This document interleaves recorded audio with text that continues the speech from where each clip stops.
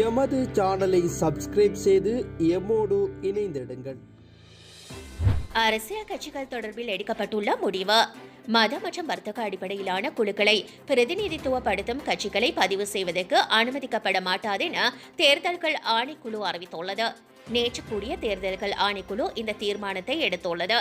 தற்போது காணப்படுகின்ற சட்டத்துக்கு அமைய அரசியல் கட்சிகளை பதிவு செய்யும் போது தேசிய கட்சியாக மாத்திரமே பதிவு செய்ய தீர்மானம் எட்டப்பட்டுள்ளதாக ஆணைக்குழு மேலும் குறிப்பிட்டுள்ளது. தற்போது அவ்வாறு பதிவு செய்யப்பட்டுள்ள கட்சிகளிடம் பெயர் மாற்றம் மற்றும் யாப்பு மாற்றம் செய்யுமாறு எழுத்து மூலம் கோர உள்ளதாக ஆணைக்குழு தெரிவித்துள்ளது. அவ்வாறான கட்சிகளின் பெயர்களை மாற்றுவதற்கான கால எல்லையொன்றம் வழங்க தீர்மானிக்கப்பட்டுள்ளதாக தேர்தல்கள் ஆணைக்குழு தெரிவித்துள்ளது.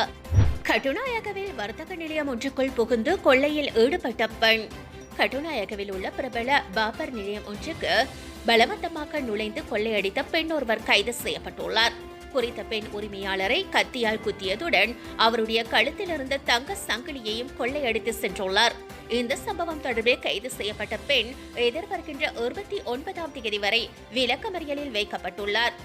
வட்டரெக்க பானலுவ பிரதேசத்தைச் சேர்ந்த சந்தமாளி பிரியாந்திகா என்ற 34 வயதுடைய பெண்ணொருவரே இவ்வாறு கைது செய்யப்பட்டுள்ளார்.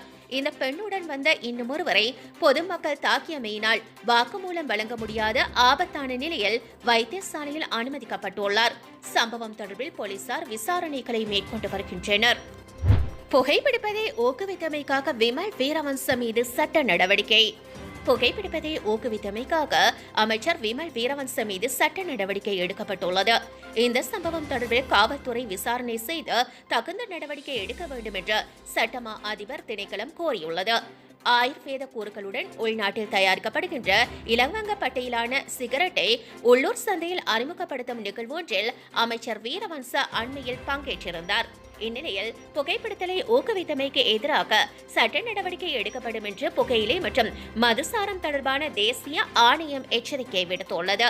உரிய அரசு நிறுவனத்திடம் ஒப்புதல் பெறாமல் சிகரெட் உற்பத்தியை ஆரம்பிப்பது சட்டத்தை மீறும் செயல் என்று புகையிலை மற்றும் மதுசாரம் தொடர்பான தேசிய ஆணையக சட்டத்துறை தலைவர் விராஜ் பண்டாரநாயக்க தெரிவித்துள்ளார். இதேவேளை இலவங்கப்பட்டை அடிப்படையிலான சிகரெட்டுக்கு அனுமதி வழங்கப்படவில்லை என்று ஆயுர்வேத திணைக்களமும் சுகாதார அமைச்சும் அறிவித்துள்ளன. விரைவில் சட்டத்தில் திருத்தங்கள் பந்துள்ள உறுதி. இணையதள வர்த்தகத்தை ஒழுங்குபடுத்துவதற்கான விரைவில் நுகர்வோர் பாதுகாப்பு சட்டத்தில் திருத்தங்கள் மேற்கொள்ளப்பட உள்ளதாக வர்த்தக அமைச்சர் பந்துல குணவர்தன தெரிவித்துள்ளார். நாடாளுமன்றத்தில் நேற்று ஆளும் கட்சி உறுப்பினர் முகமது முசாமில் எழுப்பிய கேள்விக்கு பதிலளிக்கும் போதே அவர் இவ்வாறு குறிப்பிட்டுள்ளார். அமைச்சர் பந்துல குணவர்தன மேலும் கூறியுள்ளதாவது, இணையதள வர்த்தகம் தொடர்பில் எமது நாட்டில் உரிய சட்டங்களும் விதிமுறைகளும் உருவாக்கப்படவில்லை. 2003ஆம் ஆண்டே நுகர்வோர் பாதுகாப்பு சட்டத்தில் கடைசியாக திருத்தங்கள் மேற்கொள்ளப்பட்டுள்ளன. தற்போதைய உலகளாவிய சூழ்நிலைக்கு ஏற்ப இந்த சட்டத்தில் மாற்றங்கள் மேற்கொள்ளப்படவில்லை. பாரிய மாற்றங்களை இந்த சட்டத்தில் செய்ய வேண்டியுள்ளது.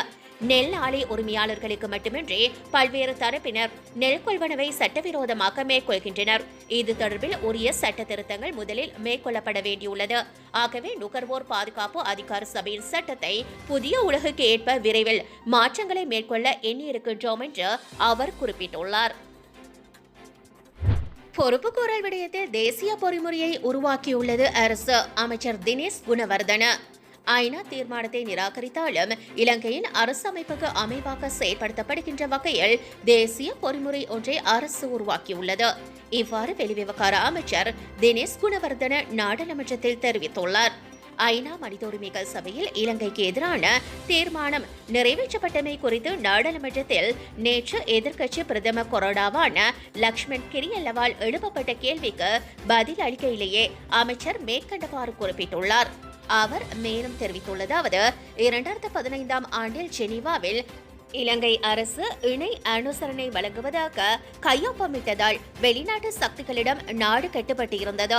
அதிலிருந்து விடுபட்டுக் கொள்ள மக்கள் ஆணையொன்று பெற்றுக் கொடுக்கப்பட்டது. எவ்வாறாயினும் தற்போது அரசமைப்புக்கு அமைய செயற்படும் விதமாக பொறுப்புக்கூறல் விடயத்தில் தேசிய பொறிமுறை ஒன்று உருவாக்கப்பட்டுள்ளது. இது குறித்த நீண்ட பதிலை நாளை சபையில் முன்வைக்க உள்ளேன் என்று அவர் மேலும் குறிப்பிட்டுள்ளார். ஜெனீவா தீர்மானம் இலங்கைக்கு விடுக்கப்பட்ட சிவப்பு எச்சரிக்கை. ஐநா மனித உரிமைகள் சபையில் இலங்கைக்கு எதிரான தீர்மானம் வெற்றி பெற்றுள்ளதன் மூலமாக இலங்கைக்கு சிவப்பு எச்சரிக்கை விடுக்கப்பட்டுள்ளது. இவ்வாறு பிரதான எதிர்க்கட்சியான ஐக்கிய மக்கள் சக்தி தெரிவித்துள்ளது. எனவே உள்நாட்டு விசாரணையை நடத்தியேனும் தேர்வை காணுமாறு அரசை அந்த கட்சி வலியுறுத்தியுள்ளது. மேலும் வெளிநாட்டு பயணத்தடை, பொருளாதார கொடுக்கல் வாங்கல், ஏற்றுமதி இறக்குமதி விடயங்களில் தடைகளை ஏற்படுத்தும் அபாயம் ஏற்பட்டுள்ளது என்றும் அந்த கட்சி நாடாளுமன்றத்தில் நேற்று சுட்டிக்காட்டியுள்ளது. சர்வதேச விசாரணை அவசியமில்லை, ஆனால் உள்நாட்டு விசாரணைகளை நடத்தியேனும் தீர்வு காணுங்கள். ஐக்கிய மக்கள் மனித உரிமைகள் சபையில் இலங்கை குறித்து வாக்கெடுப்பு மூலமாக எமக்கு சிவப்பு எச்சரிக்கை விடுக்கப்பட்டுள்ளது என்று ஐக்கிய மக்கள் சக்தியின் நாடாளுமன்ற உறுப்பினர் எரான் விக்ரமரத்ன தெரிவித்துள்ளார். அவர் மேலும் தெரிவித்துள்ளதாவது, ராஜதந்திர ரீதியிலும் வெளிநாட்டு நட்புறவிலும் நாம் தோற்றுள்ளோம் என்ற எச்சரிக்கை ஐநா தீர்மானம் மூலமாக விடுக்கப்பட்டுள்ளது. கொரோனா காரணமாக பொருளாதார ரீதியில் பலவீனமடைந்துள்ள நாம் தற்போது சர்வதேச ராஜதந்திர ரீதியிலும் பலவீனம் கண்டுள்ளோம். இலங்கையின் பிரஜைகளை வெளிநாட்டு நீதிமன்றத்தின் முன்னிலையில் நிறுத்தவும் அவர்களுக்கு வெளிநாட்டு பயணத்தடை ஏற்படுத்துவதற்கும் நாம் விரும்பவில்லை. இலங்கையின் பொருளாதார கொடுக்கல் வாங்கல், ஏற்றுமதி இறக்குமதி விடயங்களில் எந்தவொரு தடையும் ஏற்படுவதை நாம் விரும்பவில்லை. ஆனால் தீர்மானம் மீதான வாக்கெடுப்பின் பின்னர் இந்த காரணிகள் அனைத்துமே சவாலுக்கு உட்படும் விடயமாக மாறியுள்ளது. நாம் என்ன செய்ய வேண்டும் என வெளிநாட்டவர்கள் எமக்கு கூற வேண்டிய அவசியமில்லை. ஆனால் தேசிய ஆணைக்குழுக்களின் மூலமாக பொறிமுறை ஒன்றை உருவாக்குவோம். உள்ளக பொறிமுறை மூலம் நாம் சரியாக செயற்பட்டால் சர்வதேசத்தின் எதிர்பார்ப்பும் நிறைவேற்றப்படும் என்று அவர் மேலும் குறிப்பிட்டுள்ளார். வடக்கில் தொல்லியல் அகழ்வு பணிகளை உடனடியாக கைவிட வேண்டும். கூட்டமைப்பு கோரிக்கை. வடக்கில் தொல்லியல் திணைக்களத்தால் மேற்கொள்ளப்படுகின்ற அகழ்வு ஆராய்ச்சி பணிகளை உடனடியாக நிறுத்த வேண்டும் என்று தமிழ் தேசிய கூட்டமைப்பின் நாடாளுமன்ற உறுப்பினர்களான ஸ்ரீதரன், சார்ல்ஸ் நிர்மலநாதன் ஆகியோர் சபையில் நேற்று வலியுறுத்தினார்கள். அவர்கள் மேலும் தெரிவித்துள்ளதாவது, குறிப்பாக கிளிநொச்சி ஒருத்தர்புரம் சிவன் ஆலயத்தில் தொல்லியல் திணைக்களத்தால் மேற்கொள்ளப்படுகின்ற அகழ்வாராய்ச்சி பணிகளால் அங்குள்ள மக்கள் மிகவும் கோபமடைந்துள்ளனர். கடந்த 22ஆம் தேதி முதல் இந்த நடவடிக்கைக்கு எதிராக மக்கள் போராட்டத்தில் ஈடுபட்டுள்ளனர். குறித்த விடயத்துக்கு பொறுப்பான அமைச்சர் இது தொடர்பில் உடனடியாக கவனம் செலுத்த வேண்டும். தமிழ் தாயக பகுதிகளில் இடம்பெறுகின்ற தொல்லியல் அகழ்வு ஆராய்ச்சி பணிகளில் தொல்லியல் துறையினரை விடவும் இராணுவத்தினரே அதிகம் அக்கறை கொண்டுள்ளனர் என்றும் அவர் குறிப்பிட்டுள்ளார். தமிழ் தேசிய கூட்டமைப்பின் நாடாளுமன்ற உறுப்பினர்களான கலையரசன் இந்த விடயம் தொடர்பில் உரையாற்றுகையில், தொல்லியல் திணைக்களத்தின் பணியில் ஏன் இராணுவத்தினர் ஈடுபடுகின்றனர்? நாம் சமாதானத்தை விரும்புகின்றோம். அதுபோன்றே எமது ஆலயங்களும் சமாதானத்தையே வலியுறுத்துகின்றன என்று குறிப்பிட்டுள்ளார். இது இவ்வாறு இருக்க, தமிழ் தேசிய கூட்டமைப்பின் மட்டக்களப்பு மாவட்ட நாடாளுமன்ற உறுப்பினரான சாணக்கியன் இவ்விவாதத்தில் தொல்லியல் திணைக்களத்தின் நடவடிக்கைகள் குறித்து தன்னுடைய கடும் எதிர்ப்பினை வெளியிட்டிருந்தார். அதேபோன்று தமிழ் தேசிய மக்கள் முன்னணியின் நாடாளுமன்ற உறுப்பினரான செல்வராசா கஜேந்திரன் உரையாற்றுகையில், 3500 ஆண்டுகள் பழமையான ஒருத்திரபுரம் சிவன் கோயில் அகழ்வு ஆராய்ச்சி செய்து சிங்களவர்கள் பகுதியாக முயற்சி செய்கின்றார்கள். இது வடபகுதி மக்கள் மத்தியில் அச்சத்தையும் கோபத்தையும் ஏற்படுத்தியுள்ளது. வடக்கில் உள்ள இது தொடர்பான அதிகாரிகளுடன் எதுவித கலந்துரையாடல்களையும் செய்யாது பிக்குகள் மற்றும் இராணுவத்தினரின் தலையீடுகளுடன் தமிழர்களின் வரலாறுகளை திரிவுபடுத்தும் முயற்சிகளே முன்னெடுக்கப்பட்டு வருகின்றன என்று அவர் குறிப்பிட்டுள்ளார்.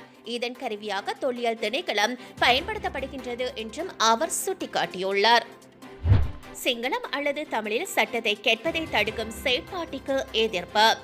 சட்டக்கல்லூரி கேட்கை நடவடிக்கைகளை ஆங்கில மொழி மூலம் நடத்துவதை கட்டாயமாக்குவதன் மூலம் நாட்டின் இன பன்முகத்தன்மைக்கு அரசாங்கம் கடுமையான பாதிப்பை ஏற்படுத்தியுள்ளதாக சட்டத்தரணி ஒருவர் குறிப்பிட்டுள்ளார்.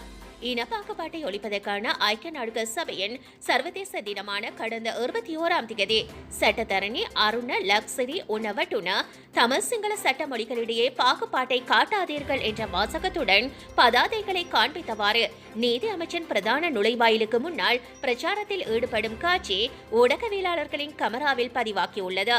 நீதி அமைச்சரின் வழிகாட்டுதலின் கீழ் இவரிடம் டிசம்பர் மாதம் 30ஆம் தேதியன்று சட்டக்கல்வி சபை வெளியிட்டிருக்கின்ற 2208 கீழ் 13ஆம் இலக்க விசேட வர்த்தமானி அறிவிப்பினூடாக சட்டக்கல்லூரியில் பயிற்றுவிக்கின்ற மொழி ஆங்கிலம் என்பதோடு ஆங்கிலத்தில் பரீட்சைகளை நடத்துவதும் கட்டாயமாகும் என்று குறிப்பிடப்பட்டுள்ளதாக சட்டத்தரணி தெரிவித்துள்ளார். இந்த வர்த்தமானி வெளியிடப்பட்ட சந்தர்ப்பத்தில் ஒருங்கிணைந்த சட்ட கேள்வி சபை நீதித்துறையின் மொழி அல்லது சட்ட மொழி தொடர்பான அரசியலமைப்பின் 2 விதிகளை அல்லது பிரிவு 23 மற்றும் 24 ஆகிய 2 விதிகளை புரிந்து கொள்ளாமல் செயல்பட்டுள்ளது. இலங்கையில் 2 உத்தியோகபூர்வ மொழிகள் சிங்களம் மற்றும் தமிழ் என்று சட்டத்தரணி சுட்டிக்காட்டுகின்றார்.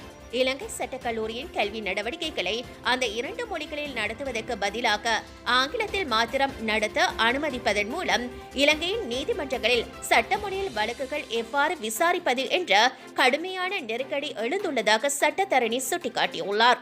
உலகின் பெரும்பாலான வளர்ந்த நாடுகளில் நீதித்துறை அந்த நாட்டின் பெரும்பான்மையான மக்களின் மொழியில் நடத்தப்படுவதாகவும் அவர் மேலும் ஊடகங்களுக்கு தெரிவித்துள்ளார். ஆங்கிலம் தெரிந்தவர்களுக்கு மாத்திரமே சட்டக்கல்வி வழங்கப்பட வேண்டுமா என அவர் கேள்வி எழுப்பியுள்ளார். இது குறித்து நாட்டின் அனைத்து மக்களும் விழிப்புணர்வு ஏற்படுத்த நடவடிக்கை எடுக்கப்படும் என்று அவர் மேலும் தெரிவித்துள்ளார். இலவச கல்வியில் பொதுமக்களின் சட்டமொழி உரிமையை இல்லாமல் செய்யும் ஒருங்கிணைந்த சட்டக்கல்வி சபை மற்றும் நீதி அமைச்சின் உத்திகள், அதோடு இலங்கை நீதித்துறை சட்டக்கல்லூரியை நிறுவுவது குறித்து மக்களை தெளிவுபடுத்தல் குறித்த 1,00,000 துண்டு பிரசுரங்களை வெளியிடுவதற்கான செயற்பாட்டின் ஒருங்கிணைப்பாளராக சட்டத்தரணி அருண லக்ஸரி உணவட்டுனர் செயற்படுகின்றார்.